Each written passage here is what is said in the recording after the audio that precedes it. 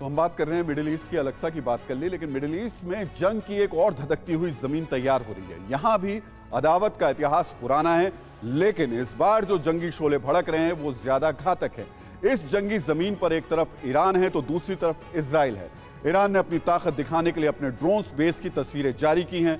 इन तस्वीरों के जरिए संदेश इजराइल के लिए है कि कभी भी उस पर अटैक हो सकता है।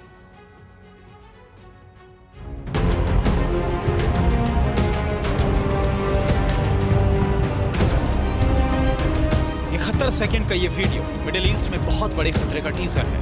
ये वीडियो देखकर अमेरिका दंग और इजराइल हैरान। जो बाइडेन और नफ्ताली बेनेट अपनी आंखों पर यकीन नहीं कर पा रहे हैं। सुपर पावर और मिनी सुपर पावर को ये वॉर टेंशन दी है ईरान ने। ईरान ने अपनी सीक्रेट ड्रोन सिटी की झलक दुनिया को दिखाई है और झलक भर से ही मिडिल ईस्ट में सनसनी फैल गई है।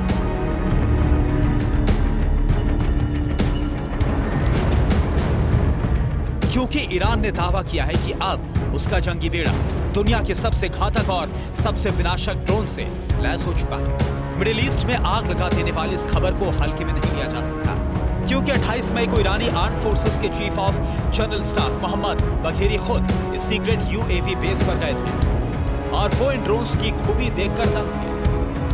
ईरान के सरकारी न्यूज चैनल्स पर तो यह भी बताया जा रहा है कि जब ये लॉन्ग रेंज ड्रोन्स बारूद बरसाएंगे तो मंजर कितना विनाशकारी होगा। ईरान अपने दुश्मनों को खुलेआम जंग की धमकी दे रहा है।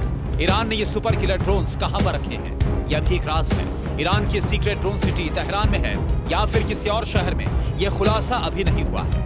इतना पता है कि यह जगह जमीन से कई फीट नीचे है और इस ठिकाने को स्ट्रेटेजिक यूएवी बेस 313 के नाम से जाना जाता है। बाकी की जानकारी जुटाने के लिए इजराइल की खुफिया एजेंसी मोसाद ने ईरान के अंदर मौजूद अपनी स्लीपर सेल्स को एक्टिव कर दिया है। इधर ईरान की बढ़ती ताकत को देखकर इजराइल के प्रधानमंत्री नफ्ताली बेनेट भी तिल मिलाए हुए हैं। बेनेट ने कहा कि प्रॉक्सी वॉर छेड़ने के लिए अब ईरान को सजा देने का वक्त आ गया है। इजराइल की बौखलाहट और बेनेट के गुस्से की वजह सिर्फ ये सीक्रेट ड्रोन सिटी नहीं है। ईरान के प्लान हॉर्मुज की खबर ने भी यरूशलेम में हड़कंप मचा दिया है। सैटेलाइट से ली गई इस तस्वीर को गौर से देखिए। 21 मई को ली गई इस तस्वीर में साफ संदेश है कि ईरान हॉर्मुज के ब्लू बैटल ग्राउंड में अपना विस्तार कर रहा है। यानी अब ईरान फारस की खाड़ी से निकलकर अरब सागर, लाल सागर और उत्तरी हिंद महासागर में भी दखल देना चाहता है। ईरान के पावरफुल होने का मतलब है इजराइल और अमेरिका पर खतरा। ईरान एटम बम बनाना चाहता है ताकि वक्त आने पर वो अपने दुश्मनों को सबक सिखा सके। अभी तक मोसाद और सीआईए ने मिलकर ईरान का हर न्यूक्लियर मंसूबा ध्वस्त किया है, लेकिन अब लॉन्ग रेंज ड्रोन्स के जरिए ईरान क्या करेगा ये कोई नहीं जानता।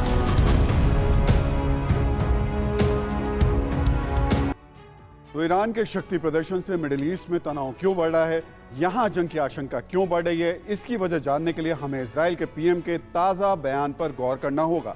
इजराइल के पीएम नफ्ताली बेनेट ने चंद घंटे पहले ही ये कहा है कि ईरान आतंकियों का समर्थन करता है। 3 बहुत ही महत्वपूर्ण बातें की हैं जो आपको समझनी होंगी।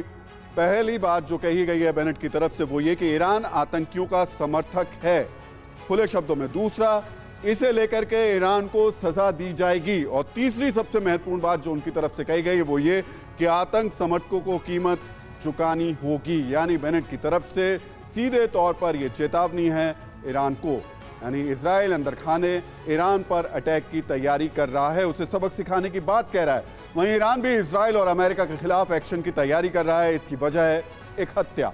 चंद दिन पहले ही तेहरान में revolutionary guards colonel Hassan Sayyad Khodaei की हत्या कर दी गई थी। ईरान ने इस हत्या का आरोप इजराइल की खुफिया एजेंसी मोसाद पर लगाया। ईरान ने इजराइल पर दुनिया भर में अपने नागरिकों के खिलाफ हमले की साजिश रचने का आरोप लगाया।